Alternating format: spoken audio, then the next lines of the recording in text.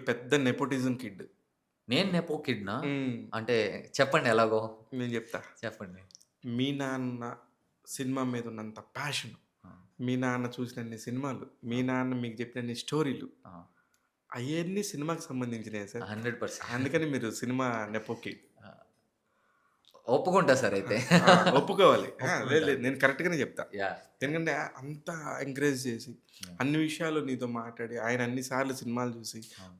Cinema వాళ్ళ గురించి ఎంత గొప్పగా చెప్పడం అనేది యాహ్! నిజంగా ఒక సినిమా వాడే చెప్తాడు. అవును. కానీ మ మా నాన్న సినిమా ఆయన గాదే. అంటే he is in also an అంటే అదే ఆయన సార్. ప్రయత్నించారు సార్. ఆ! ఆయన ప్రయత్నించారు. హ్మ్. ఆయన ప్రొడ్యూసర్ అవ్వడానికి ట్రై చేశారు. ఒక చిన్న అప్పటికి నేనింక చిన్న పిల్లోడిని. ఒక చిన్న సినిమాకి డబ్బులు పెట్టారు. హ్మ్. చేతులు కాలాయి. కానీ ఎప్పుడు ఇండస్ట్రీ చెడు అనైతే అనల. నాకు తెలీదు. నేను పోగొట్టుకున్నాను అయిపోయింది. హ్మ్. తర్వాత ప్లేబ్యాక్ సింగర్‌గా చేశారు. హ్మ్. ఆ! తర్వాత నాకు ఇండస్ట్రీ పని మీద నాకక్కడ అవ్వట్లేదు అని చెప్పి కొంచెం వెనక్కొచ్చారు. తర్వాత సీరియల్స్‌లో చేశారు. హ్మ్. కొన్ని సీరియల్స్‌లో చేశారు. ఏం పేరు సార్ ఇదంతా నాకు ఇంట్రెస్టింగ్‌గా అనిపిస్తుంది. ఆ! మీ ఫాదర్ ఫోటోస్ కూడా పంపించండి. పంపుతా. ఆ! లేదు నిజంగా. అంటే ఆయన ఫుల్ ఫ్లెడ్జ్‌గా చేయలేదు.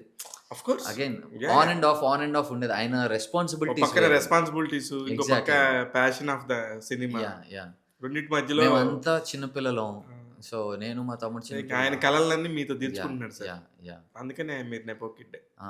అండ్ ఆయన డిసప్పాయింట్ అవ్వడు సార్. నా వల్ల అయితే ఆయన డిసప్పాయింట్ అవ్వరాయన. అదైతే గ్యారంటీ ఇస్తా. మీరైతే చేయరు సార్ డిసప్పాయింట్. అవ్వనివ్వను సార్. సమస్య లేదు. హ్మ్. అది ఆయన నమ్ముకునే దేవుడున్నాడు. నేను ఆయనని నమ్ముకున్నా. ఆయన దేవుడిని నమ్ముకున్నాడు. నేను నా దేవుడిని నేను నమ్ముతా. గుడ్ ఇంటెన్షనే ఉంది సార్. నాకు సినిమాకి మన తెలుగు సినిమాకి, మన ఇండియన్ సినిమాకి నేను ఉపయోగపడగలిగితే to taking it to next level to international స్కేల్‌కి తీసుకెళ్ళగటానికి నేను ఉపయోగపడగలిగితే ఐయామ్ మోర్ దెన్ హ్యాపీ. ఇదే ముసలోడైనా గూడా నేను ఉపయోగపడగలిగితే ఇట్స్ ఓకే. నేను చనిపోయిన రోజు నా డెడ్ బాడీ గూడా సినిమాలో ఉపయోగపడగలుగుతది అంటే ప్లీజ్ యూజ్ ఇట్. నాకు నో ప్రాబ్లమ్. నాకు నో ప్రాబ్లమ్. బికాజ్ నటుడికి చావుండదు.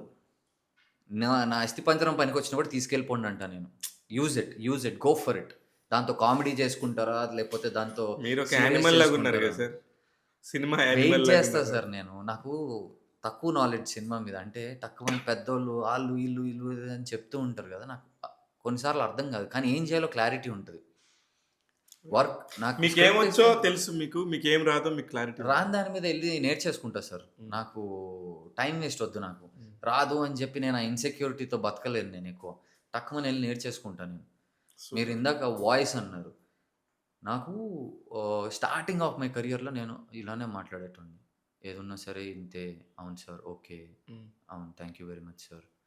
ఇంతవరకు చాలు సార్. నా నోరు ఓపెన్ చేయటం నాకు చాలా ఇబ్బంది. అదేంటి నోరు ఓపెన్ చేసి ఎందుకు మాట్లాడతారు? వినిపిస్తే చాలు గదా! అనుకునేటోడిని నేను. హ్మ్. కాదు.